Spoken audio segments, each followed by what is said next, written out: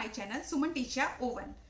मैं आप लोगों को जैसे कि करा रही हूँ क्लास 4 की हिंदी ओलंपियाड वर्कबुक एडिशन 2025-26। और आज जो हम करने वाले हैं लेसन नंबर 8 करेंगे, अशुद्धि संशोधन एवं विराम चिन्ह। ठीक है, ये लेसन हम करेंगे। आप लोगों को थोड़ा सा डिटेल है वो विराम चिन्ह के बारे में देना होगा, तो वो मैं आपको डिटेल दे देती हूँ। और शुद्ध और अशुद्ध शब्द क्या होते हैं वो मैं आपको बता देती हूँ।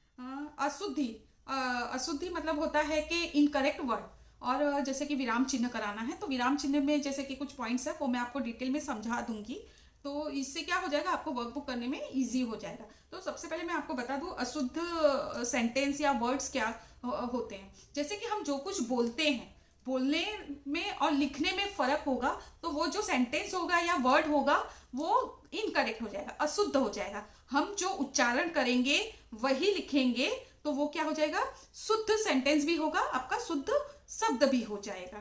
अधीन बोला जाता है, पर बच्चे क्या है उनको पता नहीं होता है, तो वो आधीन बोलेंगे तो वो क्या हो जाएगा, इनकरेक्ट वर्ड हो जाएगा। उसका सही वर्ड क्या है, अधीन। आवश्यकता नहीं बोलते, आवश्यकता बोलते हैं। तो हमें क्या करना है, प्रोनाउंस प्रॉपर से करना है। अगर हम प्रोनाउंस बराबर करेंगे हिंदी में तो हमारा स्पेलिंग नहीं गलत होगा और हमारा सेंटेंस भी प्रॉपर होगा। ठीक है, अब मैं बताती हूँ आपको विराम चिन्ह के बारे में। विराम चिन्ह को क्या बोलते हैं, पंक्चुएशन। जब हम बातचीत करते हैं तो बीच बीच में सांस लेने के लिए, किसी शब्द या कथन पर बल देने या समझने के लिए रुकना पड़ता है। क्या करते हैं, रुकना पड़ता है। ठीक है, इस रुकने को विराम चिन्ह कहते हैं। जैसे कि हम कोई लेसन रीड कर रहे हैं तो उसमें एक सेंटेंस कंप्लीट होता है, तो हम क्या करते हैं, सांस लेने के लिए रुकते हैं, 1 सेकंड रुकते हैं, तो वो रुकना जो होता है वहां पे क्या हो जाता है, एक विराम चिन्ह लग जाता है। ठीक है, विराम चिन्ह का अर्थ होता है रुकना या विश्राम करना। विराम चिन्ह का अर्थ क्या होता है, रुकना या विश्राम करना।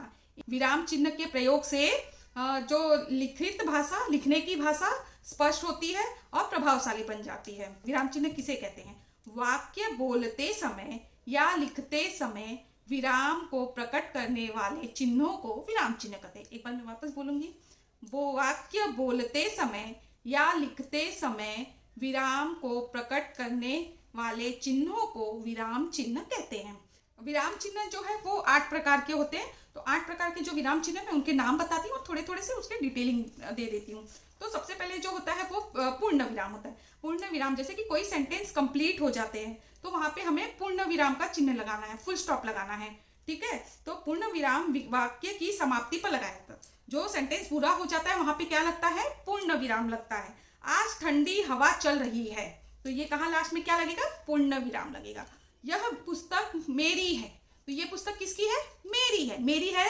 ये क्या हो गया, फुल सेंटेंस आपका कंप्लीट हो गया, तो यहाँ पे पूर्ण विराम लगेगा। अब सेकंड है अल्प विराम। अल्प विराम मतलब कॉमा हो जाता है। बोलते या पढ़ते समय जब थोड़ा रुकते हैं तो अल्प विराम का प्रयोग करते हैं। एक ही प्रकार के 2 से अधिक शब्दों के बीच में क्या लगता है, अल्प विराम लगता है। जैसे रोहन, अविचल, मानस, काव्या।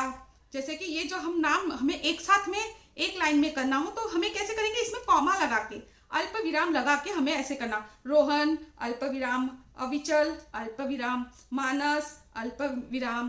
ठीक है, तो हमें कॉमा लगा के आगे आगे हम सारे नाम ऐड करते जाएंगे। उसे लाल, पीला और हरा रंग पसंद है, तो उसे लाल कॉमा लगाएंगे, अल्प विराम लगाएंगे, पीला और हरा रंग पसंद है। ठीक है, अल्प विराम का प्रयोग समझ में आया आपको कैसे करते हैं।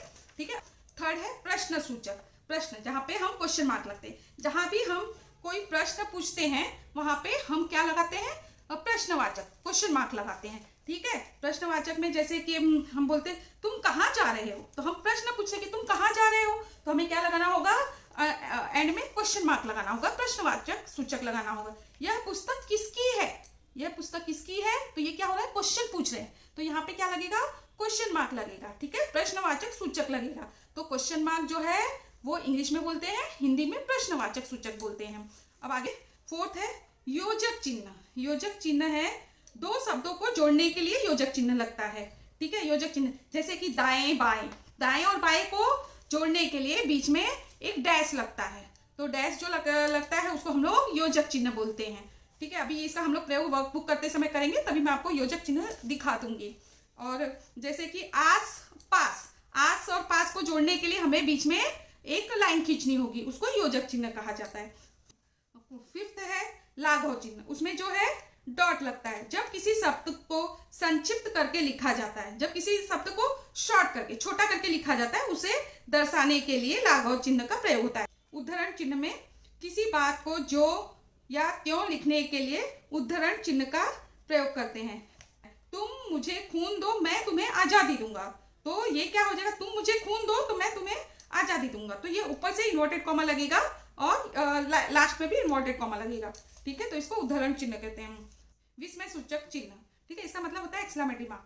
खुशी, दुख, भय, आश्चर्य आदि भाव को प्रकट करने के लिए विस्मय आदि सूचक शब्दों के लिए विस्मय सूचक चिन्ह का प्रयोग किया जाता है। जैसे कि इंग्लिश में आप लोग करते हैं ना, एक्सक्लेमेटरी मार्क लगता है, तो सेम वैसे ही हिंदी में लगता है। अरे तुम कब आए, मतलब अरे तुम कब आए, जैसे कि हमने सरप्राइज हुआ ना, अरे तुम कब आए, अरे के बाद क्या लग जाएगा, विस्मय सूचक चिन्ह लग जाएगा। इसका मतलब एक्सक्लेमेटरी लग जाएगा। वाह कितना सुंदर चित्र है, वाह, ये क्या हो गया, खुशी वाली बात हो गई ना। हाँ, तो वाह के बाद क्या लग जाएगा, विस्मय सूचक चिन्ह, मतलब के एक्सक्लेमेटरी मार्क। ठीक है।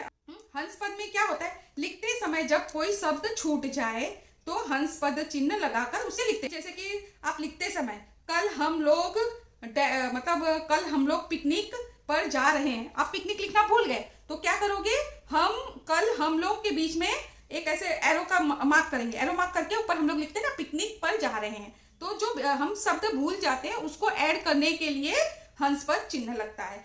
ये हो गया हमारा विराम चिन्ह। ठीक है। पढ़ते लिखते और बोलते समय जब हमें बीच में रुकना पड़ता है तो इस विराम को दर्शाने के लिए प्रयोग किए जाने वाले चिन्हों को विराम चिन्ह कहते हैं। ठीक है, अभी हम स्टार्ट करते हैं वर्कबुक करना। लेसन नंबर 8, अशुद्धि, संशोधन एवं विराम चिन्ह। अशुद्धि का मतलब होता है इनकरेक्ट वर्ड का हमको संशोधन मतलब ढूंढना है, खोज करना है, एवं विराम। अब इसमें जो पॉइंट कवर करना है वो शुद्ध व अशुद्ध शब्द, मतलब करेक्ट एवं एंड इनकरेक्ट वर्ड्स, विराम चिन्ह और अशुद्ध वाक्यों का संशोधन। इनकरेक्ट सेंटेंस जो भी होगा, इनकरेक्ट सेंटेंस का हमें खोज करना है।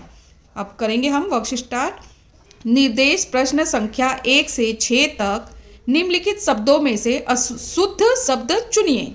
तो यहाँ पे शुद्ध शब्द को अंडरलाइन करेंगे और इसमें हमें जो करेक्ट वर्ड होगा उसको हमें ढूंढना है। एक क्वेश्चन नंबर 1 से लेकर 6 तक।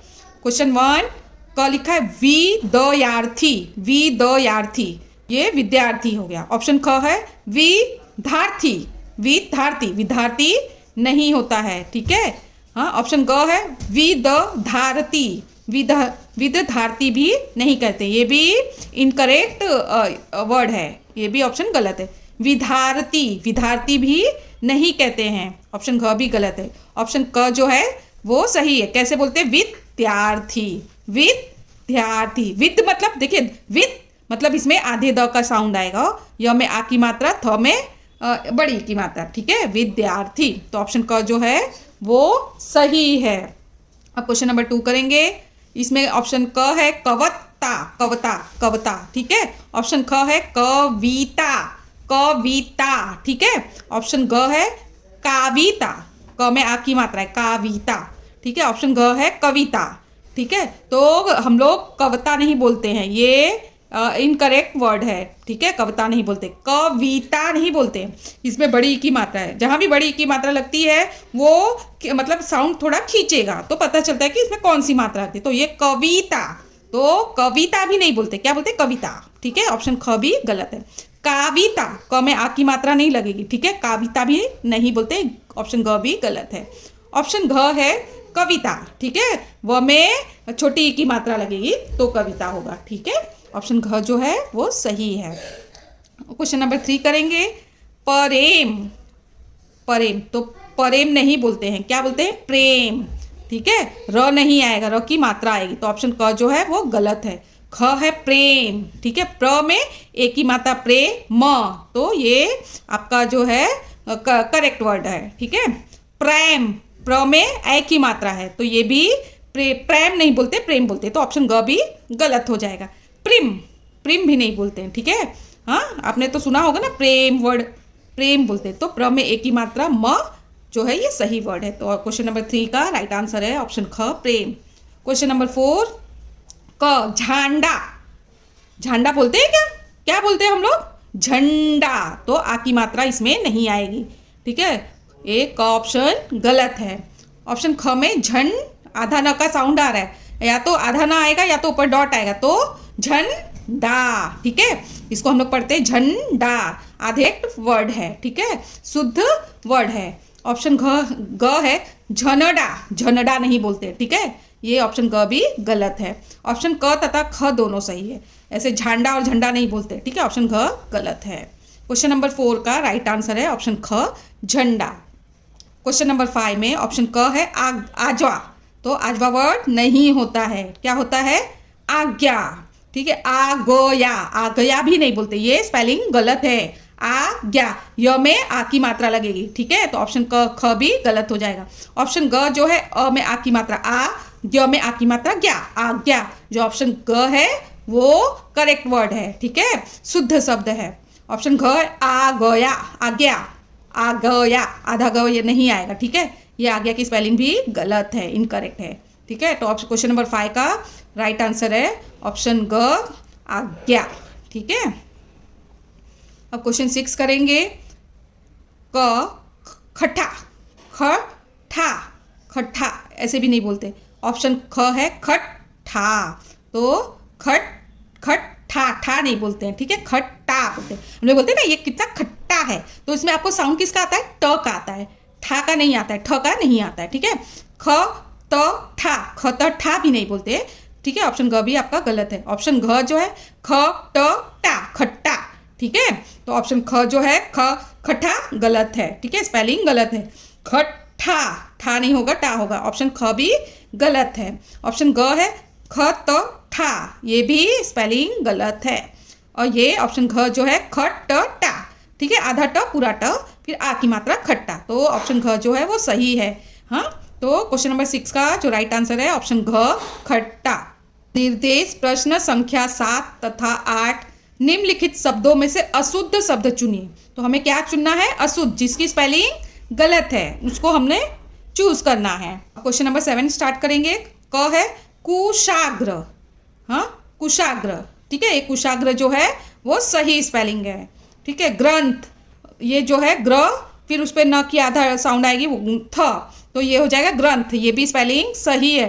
प्रकाश, प्रकाश नहीं बोलते, क्या बोलते हैं? प्रकाश, प्र आएगा, ठीक है, प्रकाश नहीं बोलते हैं, ठीक है। तो ऑप्शन ग जो है वो इसका राइट आंसर है, ठीक है। क जो है गलत है, ऑप्शन ख भी गलत है और ग जो है राइट है। ऑप्शन घ जो है क्रमांक, ठीक है, ये भी स्पेलिंग सही है, तो ये गलत हो जाएगा क्योंकि हमें यहाँ पे क्या ढूंढना है? अशुद्ध शब्द ढूंढना है। तो ऑप्शन क जो है कुशाग्र, ये स्पेलिंग सही है, तो ये ऑप्शन गलत हो जाएगा। ग्रंथ की भी स्पेलिंग सही है, तो ये भी गलत हो जाएगा। प्रकाश, ये स्पेलिंग गलत है, तो ये क्वेश्चन नंबर 7 का राइट आंसर है प्रकाश, ये स्पेलिंग गलत है। प्रकाश की स्पेलिंग, उसको प्रकाश नहीं बोलते हैं, प्रकाश बोलते हैं, प्र आना चाहिए, ठीक है। और ऑप्शन घ जो है क्रमांक, ये भी स्पेलिंग सही है, तो ये भी ऑप्शन गलत हो जाएगा। क्वेश्चन नंबर 7 का सही आंसर है ऑप्शन ग प्रकाश, जो अशुद्ध शब्द है। क्वेश्चन नंबर 8 क है उन्हें, ठीक है, उन्हें, ख उन्होंने, ठीक है, ग उन्होंने। ऑप्शन घ है उनको, तो जो उन्हें है वो स्पेलिंग सही है, ठीक है, उन्होंने। ऐसा भी आप देखिए, आप क्वेश्चन आंसर वगैरह करते हैं या बुक रीड करते हैं तो ये वर्ड्स आते हैं, ठीक है ना, तो इससे आपको पता चलता है ना कि हाँ ये करेक्ट है, ठीक है। उन्होंने, ये भी स्पेलिंग सही है। उन्होंने, ऐसा वर्ड आपने देखा है कभी भी बुक रीडिंग वगैरह किस टाइम पर? ये स्पेलिंग गलत है, ठीक है, उन्होंने ऐसा नहीं होता है, ठीक है, तो ये जो है स्पेलिंग गलत है। ऑप्शन घ है उनको, उनको भी सही है स्पेलिंग। तो क्वेश्चन नंबर 8 का राइट आंसर है ऑप्शन ग उन्होंने, ये स्पेलिंग रॉन्ग है। अब आगे बढ़ेंगे। क्वेश्चन नंबर 9 निम्नलिखित वाक्यों में से अशुद्ध वाक्य चुनिए। तो सबसे पहले हमें अशुद्ध को अंडरलाइन कर लेना है ताकि समझ में आए कि हमें क्या करना है, ठीक है। ऑप्शन क है मेरे पास मात्र केवल 2 पुस्तकें हैं, ठीक है। ख है मेरे पास मात्र 2 पुस्तकें हैं, मेरे पास केवल 2 पुस्तकें हैं, ठीक है। ऑप्शन घ हो जाएगा, मेरे पास 2 पुस्तकें हैं। तो इसमें से जो मेरे पास 2 पुस्तकें हैं ये शुद्ध है, ठीक है। मेरे पास केवल 2 पुस्तकें हैं, ये भी सही सेंटेंस है। मेरे पास मात्र 2 पुस्तकें हैं, ठीक है। आप बोल रहे हो कि मेरे पास 2 पुस्तकें हैं, मेरे पास या तो केवल 2 पुस्तकें होंगी, ठीक है, या केवल 2 पुस्तकें होंगी या मात्र 2 पुस्तकें होंगी। ऐसा नहीं होगा कि मेरे पास मात्र केवल 2 पुस्तकें हैं, ठीक है। तो ये ऑप्शन क जो है ये इसका राइट आंसर है, ये अशुद्ध वाक्य है, ठीक है। मेरे पास मात्र केवल 2 पुस्तकें हैं। तो ये क्वेश्चन नंबर 9 का राइट आंसर है ऑप्शन क, मेरे पास मात्र केवल 2 पुस्तकें हैं। आगे, निर्देश प्रश्न संख्या 10 से 12 तक निम्नलिखित वाक्यों में से शुद्ध वाक्य चुनिए। क्या ढूंढना है हमें? शुद्ध वाक्य, ठीक है। क्वेश्चन नंबर 10 क, यह सामान कौन से का है, ठीक है। यह सामान कौन से का है, ऐसा थोड़ी बोलते हैं हम लोग। यह सामान किसका है, कौन से का है, ये जो है ये अशुद्ध है, ठीक है ना, ये अशुद्ध वर्ड है, ये इनकरेक्ट वर्ड है। यह सामान किसका है, ठीक है। हाँ, ये जो है एकदम शुद्ध सेंटेंस है, वाक्य है, ठीक है। यह सामान कौन का है, ठीक है, ये भी वाक्य अशुद्ध है, गलत है। क तथा ख दोनों, ठीक है। तो क तो अशुद्ध है, ख शुद्ध है, तो ऑप्शन घ जो है वो गलत हो जाएगा, ठीक है। हमें इसमें से शुद्ध वाक्य, तो इसमें जो यह सामान किसका है, ये ख जो है राइट आंसर है। तो क जो है ये अशुद्ध वाक्य, तो ये भी हमारा गलत हो जाएगा। ऑप्शन ग, यह सामान कौन का है, ये भी ऑप्शन गलत हो जाएगा। तो क्वेश्चन नंबर 10 का राइट आंसर है ऑप्शन ख, यह सामान किसका है, ठीक है। हम इस तरीके से पूछेंगे, यह सामान किसका है। क्वेश्चन नंबर 11 क है, राजा का 2 बेटे हैं। राजा का 2 बेटे तो नहीं बोलते, राजा के 2 बेटे हैं। राजा का 2 बेटे नहीं बोलेंगे, राजा के 2 बेटे हैं, ठीक है। तो ये भी सेंटेंस इनकरेक्ट है, ठीक है। राजा के 2 बेटे हैं, तो ये जो है ये राजा के 2 बेटे हैं, ये सेंटेंस प्रॉपर है, ठीक है, करेक्ट है, शुद्ध शब्द है। राजा की 2 बेटे हैं, राजा की, राजा थोड़ी स्त्रीलिंग है, ठीक है ना, राजा की 2 बेटे नहीं बोलेंगे, ठीक है। ये भी सेंटेंस इनकरेक्ट है। राजा का 2 बेटा है, राजा का 2 बेटा भी नहीं बोलेंगे, ठीक है, ये भी सेंटेंस गलत है। राजा के 2 बेटे हैं, तो ऑप्शन क जो है वो अशुद्ध है, तो ये ऑप्शन गलत हो जाएगा। ऑप्शन ख है, राजा के 2 बेटे हैं, वो करेक्ट सेंटेंस है, शुद्ध वाक्य है, तो ऑप्शन ख जो है वो सही है। ऑप्शन ग है, ये भी इनकरेक्ट वाक्य है। राजा का 2 बेटा है, ये भी इनकरेक्ट सेंटेंस है। तो क्वेश्चन नंबर 11 का जो राइट आंसर है ऑप्शन ख, राजा के 2 बेटे हैं। अब क्वेश्चन नंबर 12 करेंगे। ऑप्शन क, इन फलों का मूल्य कितना है। ये सेंटेंस सही है। इन फलों का मतलब इन फलों का मूल्य कितना है, ये जो फल है इसकी प्राइस कितनी है, ठीक है ना। तो ये जो सेंटेंस है वो सही है, करेक्ट है। ऑप्शन ख है, इस फलों का मूल्य कितना है, इस नहीं बोलेंगे, ठीक है, ये गलत है, तो ये सेंटेंस गलत हो गया। ऑप्शन ग जो है, इस फलों का मूल्य कितना है, तो मूल्य नहीं बोलते हैं, मूल्य बोलते हैं, तो ये यहाँ पे गलत लिखा हुआ है। ऑप्शन घ, इन फल का मूल्य कितना है, इन फल का मूल्य नहीं बोलेंगे, ठीक है, इन फल का नहीं बोलेंगे, इन फलों का, ठीक है, तो ये भी सेंटेंस गलत है। तो क्वेश्चन नंबर 12 का जो है राइट आंसर है ऑप्शन क, इन फलों का मूल्य कितना है, ये करेक्ट सेंटेंस है, शुद्ध वाक्य है। ऑप्शन ग जो है वो इनकरेक्ट सेंटेंस है। ऑप्शन ग जो है वो भी इनकरेक्ट सेंटेंस है। ऑप्शन घ जो है वो भी इनकरेक्ट सेंटेंस है। क्वेश्चन नंबर 12 का राइट आंसर है ऑप्शन क, इन फलों का मूल्य कितना है, शुद्ध वाक्य है। क्वेश्चन नंबर 13 करेंगे। दिए गए वाक्य में कौन सा शब्द अशुद्ध है, तो इसमें हमें क्या ढूंढना है, अशुद्ध शब्द ढूंढना है। मैं आपके दर्शन करने आया था, दर्शन वर्ड नहीं बोलेंगे, क्या करने आया था, हाँ दर्शन, ठीक है, मैं आपके दर्शन करने आया था। ऑप्शन क जो है ये दर्शन करेक्ट जो स्पेलिंग है वो दर्शन होता है, ठीक है, इस पे र की मात्रा आ जाती है, दर्शन, ठीक है। हाँ, तो ये जो है दर्शन जो लिखा हुआ है वो गलत है। ऑप्शन क जो है दर्शन, ये राइट आंसर है, ये अशुद्ध शब्द है। आपके जो है ये इनकरेक्ट, क्योंकि ये स्पेलिंग सही है, शुद्ध शब्द है। करने भी जो है ऑप्शन ग करने, ये भी शुद्ध शब्द है, तो ये भी गलत हो जाएगा। आया था, ये भी कोई स्पेलिंग मिस्टेक नहीं है, शुद्ध शब्द है, तो ये भी गलत हो जाएगा। तो क्वेश्चन नंबर 13 का जो दिए गए वाक्य में कौन सा शब्द अशुद्ध ढूंढना था? क्या ढूंढना था? अशुद्ध है। तो ऑप्शन का जो दर्शन है ये अशुद्ध शब्द है। अब आगे बढ़ेंगे। क्वेश्चन नंबर 14, निम्नलिखित वाक्यों में से शुद्ध वाक्य चुनिए। यहाँ पे हमें क्या चुनना है? शुद्ध, जो प्रॉपर सेंटेंस हो, करेक्ट सेंटेंस हो। ठीक है, अब चलिए ऑप्शन पढ़ेंगे। ऑप्शन का, मुझे गरम प्याला एक कॉफी का चाहिए।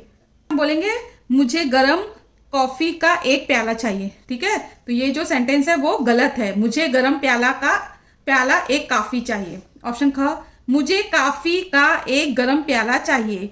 हाँ, तो ये भी मुझे कॉफी का एक गरम प्याला चाहिए, ये भी इनकरेक्ट वाक्य है।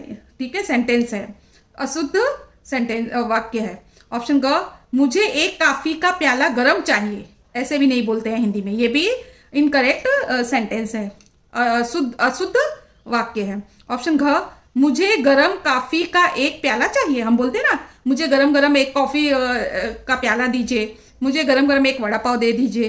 तो हम लोग सेंटेंस कैसे बोलते हैं? मुझे गरम कॉफी का एक प्याला चाहिए, हम इस तरीके से नहीं बोलते। तो ऑप्शन घ जो है ये शुद्ध वाक्य है। तो ऑप्शन क जो है इनकरेक्ट हो जाएगा। ऑप्शन ख जो है वो भी इनकरेक्ट हो जाएगा, क्योंकि हमें ढूंढना क्या है? शुद्ध वाक्य। ऑप्शन ग भी जो है इनकरेक्ट हो जाएगा। ऑप्शन घ जो है वो राइट आंसर हो जाएगा। मुझे गरम कॉफी का एक प्याला चाहिए, ये शुद्ध वाक्य है। क्वेश्चन नंबर 15, विराम का अर्थ है। विराम का अर्थ क्या होता है? रुकना। ठीक है, फुल स्टॉप लगा देना। ठीक है, हम जैसे कि कोई भी टेक्स्ट बुक रीडिंग करते हैं तो उस समय हम क्या करते हैं? कहीं भी हमें रुकना है या फुल स्टॉप लगाना है तो 1 सेकेंड का हम वहां पे स्टॉप लगाते हैं, विराम लगाते हैं। ठीक है, अब ऑप्शन पढ़ेंगे हम। ऑप्शन क, रोकना। रोकना जो है वो गलत, कोई किसी को इसमें रोकता नहीं है, हमें रुकना होता है। ठीक है, सेंटेंस पढ़ते समय अगर एक सेंटेंस कंप्लीट हो जाता है तो एक छोटा सा हम ब्रेक देते हैं, उसको क्या कहते हैं? विराम देते हैं। ठीक है, उसे हम ये कहते हैं। ठीक है, विराम का अर्थ होता है। तो ऑप्शन क जो है वो इनकरेक्ट है, रोकना नहीं होता है विराम का मतलब। और ऑप्शन ख है कहना, कहना भी नहीं होता है विराम का अर्थ। ऑप्शन ख भी गलत हो जाएगा। ऑप्शन ग है रुकना।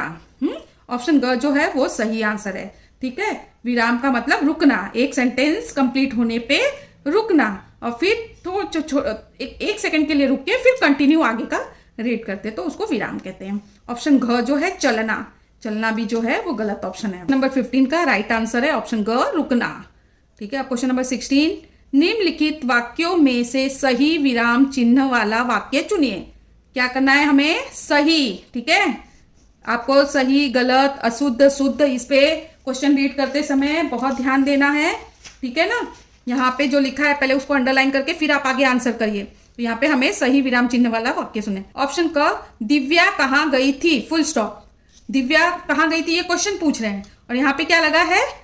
पूर्ण विराम लगा है। ठीक है, पूर्ण विराम नहीं लगना चाहिए। अगर वो हम पूछ रहे कि वो कहाँ गई थी तो ये क्या हो गया? क्वेश्चन पूछ रहे हैं ना, तो यहाँ पे प्रश्नवाचक चिन्ह लगना चाहिए। ठीक है, ऑप्शन ख पढ़ेंगे। ऑप्शन क जो है वो गलत हो जाएगा। ऑप्शन ख है दिव्या कहाँ गई थी। अब ये देख रहे हैं आप, यहाँ पे क्वेश्चन मार्क है। ठीक है, क्वेश्चन मार्क है मतलब दिव्या कहाँ गई थी, ये प्रॉपर क्वेश्चन पूछ रहे हैं। तो ऑप्शन ख जो है वो सही आंसर है। ऑप्शन ग, दिव्या कहाँ गई थी और यहाँ पे क्या लिखा है?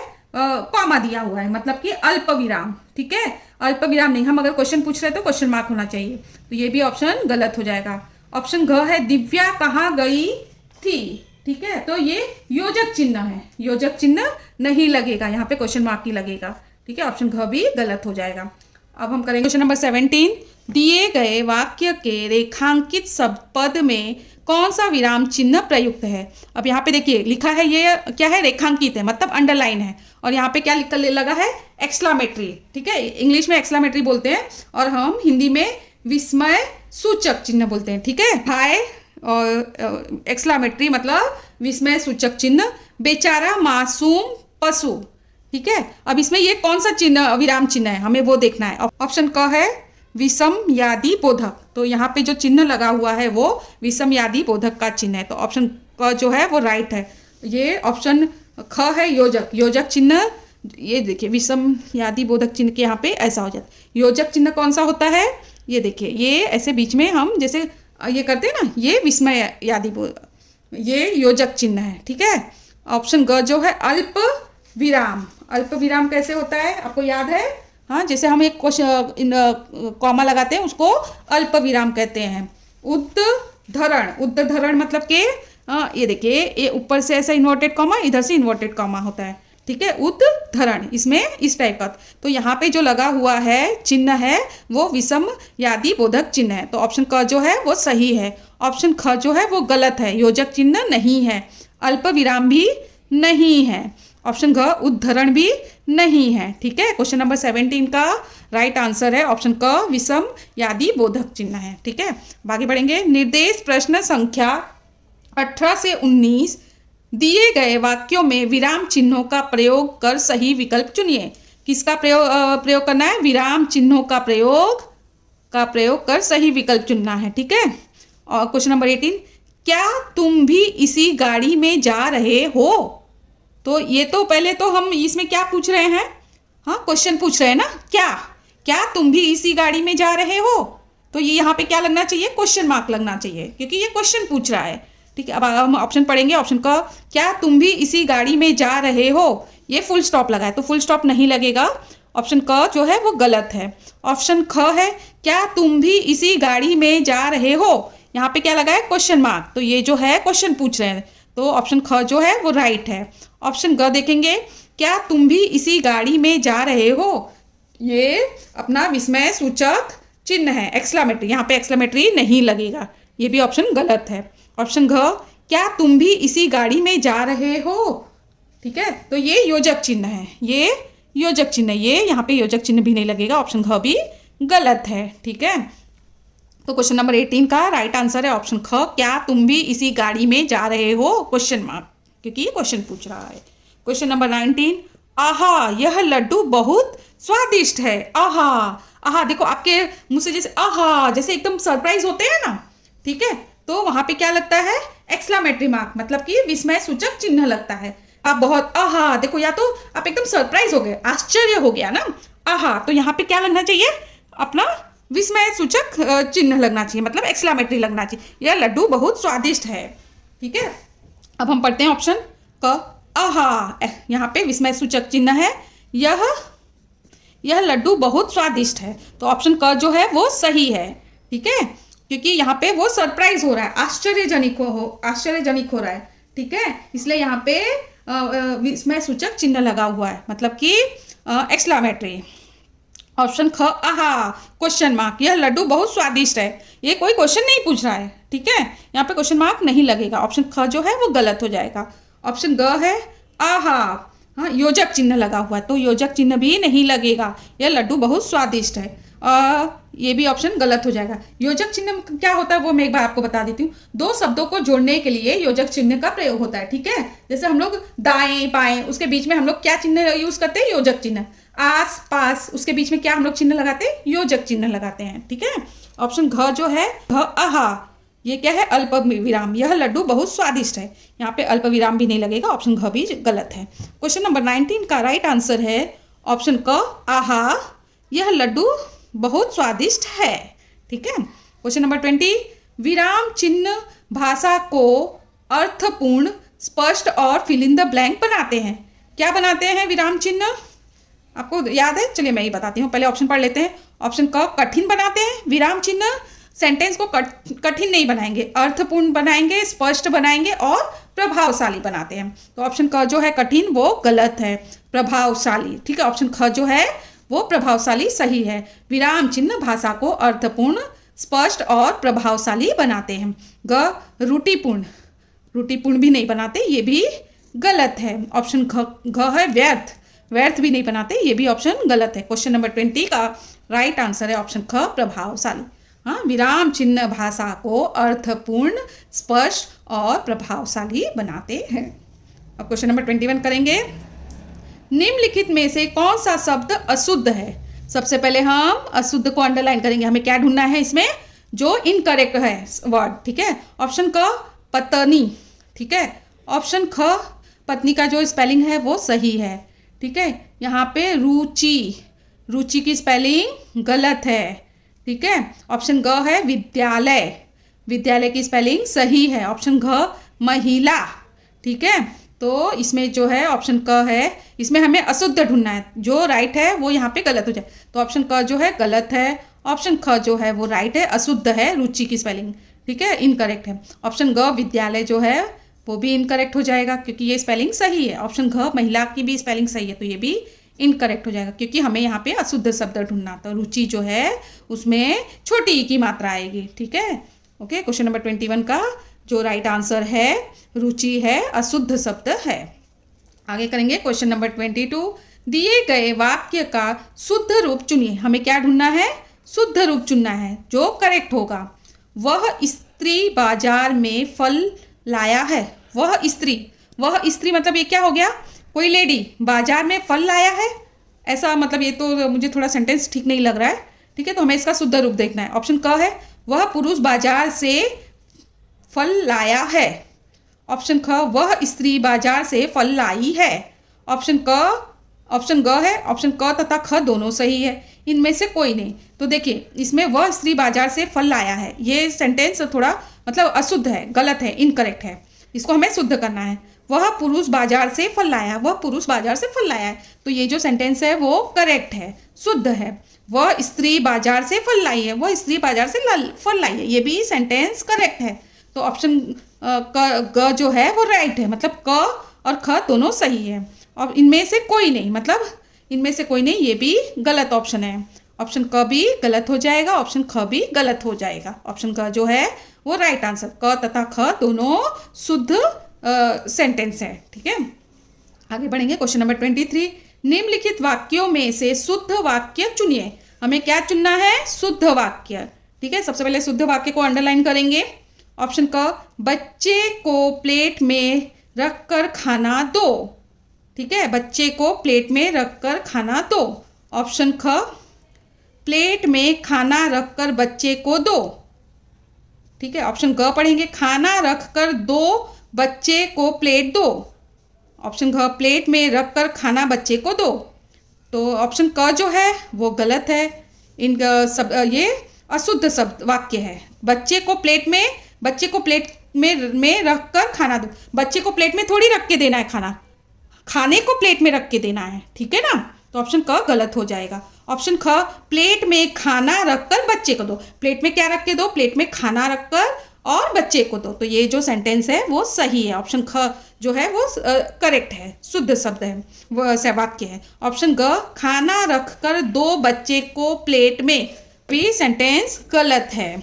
ऑप्शन घ, प्लेट में रखकर खाना बच्चे को दो, ये भी ऑप्शन गलत है।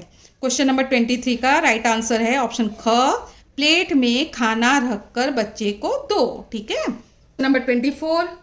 दिए गए वाक्य में विराम चिन्हों का प्रयोग कर सही विकल्प चुनिए। हमें क्या करना है? विराम चिन्ह का सही विकल्प चुनना है। ठीक है, प्रयोग कर सही विकल्प चुनना। पिताजी बाजार से सबके लिए खिलौने, कपड़े, मिठाइयाँ और फल लाए।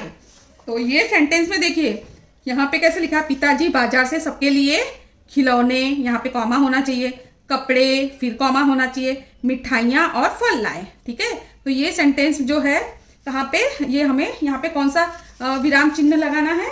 अल्प विराम चिन्ह। ठीक है, जैसे कि कॉमा बोलते हैं हम लोग इंग्लिश में। ऑप्शन पढ़ेंगे, पिताजी बाजार से सबके लिए खिलौने, कपड़े, मिठाइयाँ और फल लाए। तो ऑप्शन क जो है वो गलत है।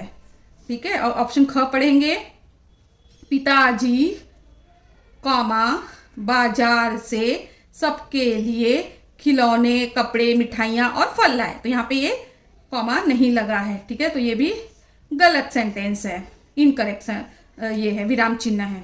पिताजी बाजार से सबके लिए खिलौने, कपड़े, मिठाइयाँ और फल लाए।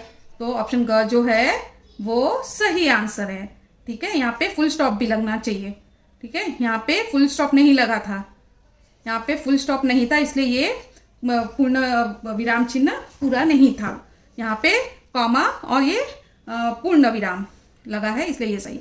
ऑप्शन घ देखेंगे, पिताजी बाजार से सबके लिए खिलौने, कपड़े, मिठाइयाँ और और फल लाए, तो यहाँ पे कॉमा नहीं लगा हुआ है, खाली फुल स्टॉप लगा हुआ है, तो ये ऑप्शन भी घ गलत हो जाएगा।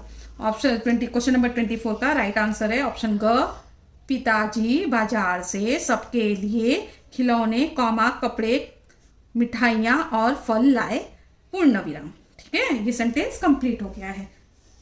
अब क्वेश्चन नंबर 25, कॉलम 1 में दिए गए विराम चिन्हों का कॉलम 2 में दिए गए उनके नामों से मिलान कर सही विकल्प चुनिए। तो कॉलम 1 में जो है कॉलम 2 के विराम चिन्ह से हमें करेक्ट मिलान करना है और फिर ऑप्शन ढूंढना है। कॉलम 1 में जो है वो विराम चिन्ह है और विराम चिन्ह के नाम जो है कॉलम 2 में है, तो उससे मिलान करना है। तो इसमें से देखिए, आपको ये तो पता है, हाँ ऑप्शन, और आपको शायद ना पता हो, ठीक है, तो ऑप्शन ब का जो है वो क्वेश्चन मार्क है, आपको पता है, तो यहाँ पे देख लीजिए प्रश्नवाचक चिन्ह कहाँ है, उससे पहले उसको मिलान कर दीजिए, जो आपको पहले आए उसे मिलान कर दीजिए, जब बाद में ऑप्शन ब को 1 से मिला देंगे। ठीक है, प्रश्नवाचक चिन्ह है। अब ये स जो है, स क्या है, योजक चिन्ह है। ठीक है, स कौन सा चिन्ह है, ये योजक चिन्ह है, तो ये सेकंड का हो गया। तो बचा क्या आपका दोहरा उदाहरण चिन्ह, तो ऑप्शन जो है अ का क्या हो जाएगा, थर्ड हो जाएगा, दोहरा उद्धरण चिन्ह, तो ये जो है उद्धरण चिन्ह है। अब देखेंगे हम लोग, हमारा जो है अ का थर्ड होगा। ठीक है, अ का सेकंड है तो ऑप्शन क निकल जाएगा, ऑप्शन अ का थर्ड है ये रहे बचेगा, ऑप्शन अ का 1 नहीं है ये भी निकल जाएगा, ऑप्शन अ का 3, तो बचा क्या, ख और घ बचा। अब ऑप्शन अ का हो गया, ऑप्शन ब का जो है वो 1 हो जाएगा, तो ऑप्शन ब का 1 है यहाँ पे। ठीक है, तो ये देखेंगे, और घ में ऑप्शन ब का 2 है, तो ये भी ऑप्शन आपका निकल जाएगा, बचा क्या, ऑप्शन ख।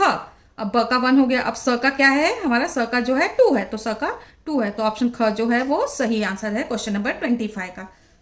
हमारा क्वेश्चन लेसन नंबर 8 अशुद्धि संशोधन व एवं विराम चिन्ह की जो वर्कबुक है वो कंप्लीट हो गई है। यदि आप लोगों को हमारी ओलंपियाड की वर्कबुक की वीडियो अच्छी लगी हो तो लाइक, सब्सक्राइब और कमेंट जरूर करना अगर कुछ डाउट है तो।